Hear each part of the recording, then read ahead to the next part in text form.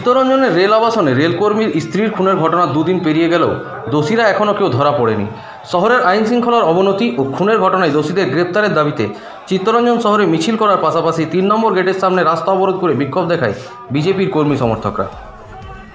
গত বৃহস্পতিবার সন্ধ্যায় আঁধার নামতেই চিত্তরঞ্জন রেল শহরের ২৮ নম্বর রাস্তার ৪৬-এর ২D বাসভবনে বছর ৫৬ সঞ্চিতা চৌধুরী নামে এক গৃহবধূ নৃশংসভাবে খুন হয়েছিল। সেই ঘটনার দোষীদের এখনও পর্যন্ত কাউকে ধরতে পারেনি পুলিশ। এর প্রতিবাদে শনিবার রাতে দোষীদের গ্রেপ্তারের দাবিতে চিত্তরঞ্জন শহরের ৩ নম্বর গেটের সামনে রাস্তা অবরোধ করে বিক্ষোভ দেখায় বিজেপির কর্মী সমর্থকরা। প্রসঙ্গত, রেলকর্মী প্রদীপ চৌধুরী ডিউটিতে থাকার সুযোগে দুষ্কৃতীরা ঘরে ঢুকে লুট করেছে গয়না, উল্টে দিয়েছে আলমারি, পাশাপাশি প্রাণ কেড়ে নেয় তার স্ত্রী। তবে এইসব ঘটেছে পুলিশ আর আরপিএফের নাকের ডগায়, যারা নাকি এই শহরের নিরাপত্তার প্রহরী। এরপরেই সুরক্ষা নিয়ে উঠছে প্রশ্ন।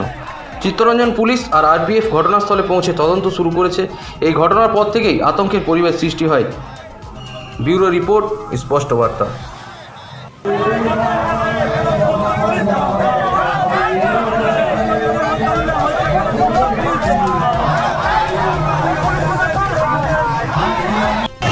এটা হলো আমাদের বারাবণী বিধানসভার চিত্তরঞ্জন সিএলডব্লিউ চিত্তরঞ্জনের যে রেল ইঞ্জিন কারখানার যে শহর, সেই সুসজ্জিত শহর আজ নিরাপদ নয়। এইখানে প্রতিদিন একটার পর একটা নারকীয় হত্যাকাণ্ড হচ্ছে। এর আগেও এখানে দুবার শুট আউট হয়েছে দিনের আলোয়, এবং গত দুদিন আগে আপনারা দেখেছেন এখানে এক গৃহবধূকে দিনের আলোয় বাড়িতে ঢুকে নৃশংসভাবে কেটে এখানে দুষ্কৃতীরা পালিয়ে গেছে। 17 জায়গায় তাকে ক্ষত করা হয়েছে। কি নৃশংস ঘটনা! চিত্তরঞ্জনের এই আইন শৃঙ্খলা দিনের পর দিন ভেঙে পড়ছে। আর এই 10-12 কিলোমিটার রেডিয়াসের মধ্যে পশ্চিমবঙ্গ পুলিশের যে চিত্তরঞ্জন থানা, সেই চিত্তরঞ্জন থানা হাতে চুরি পরে বসে আছে।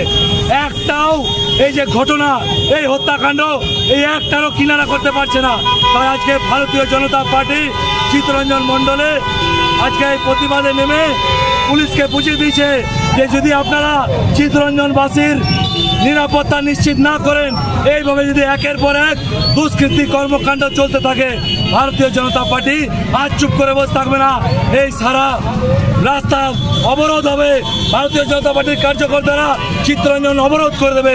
চিত্তরঞ্জনের মানুষকে তাদের অবিলম্বে নিরাপত্তা ফিরে দিতে হবে এবং চিত্তরঞ্জনের আইন শৃঙ্খলাকে ফিরিয়ে আনতে হবে।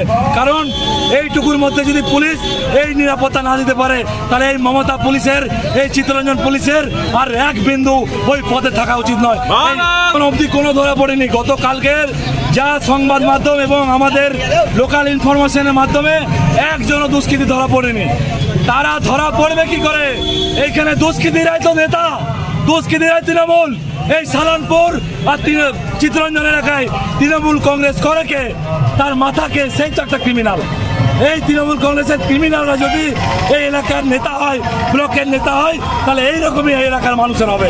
তাই অবিলম্বে এই তৃণমূল কংগ্রেসকে, বারাবণী চিত্তরঞ্জন সালানপুরের মানুষকে আহ্বান জানাবো, সবাই মিলে এগিয়ে এসে এই 26-এ এই তৃণমূলকে বিদায় করুন। এই হিন্দু বিরোধী সরকার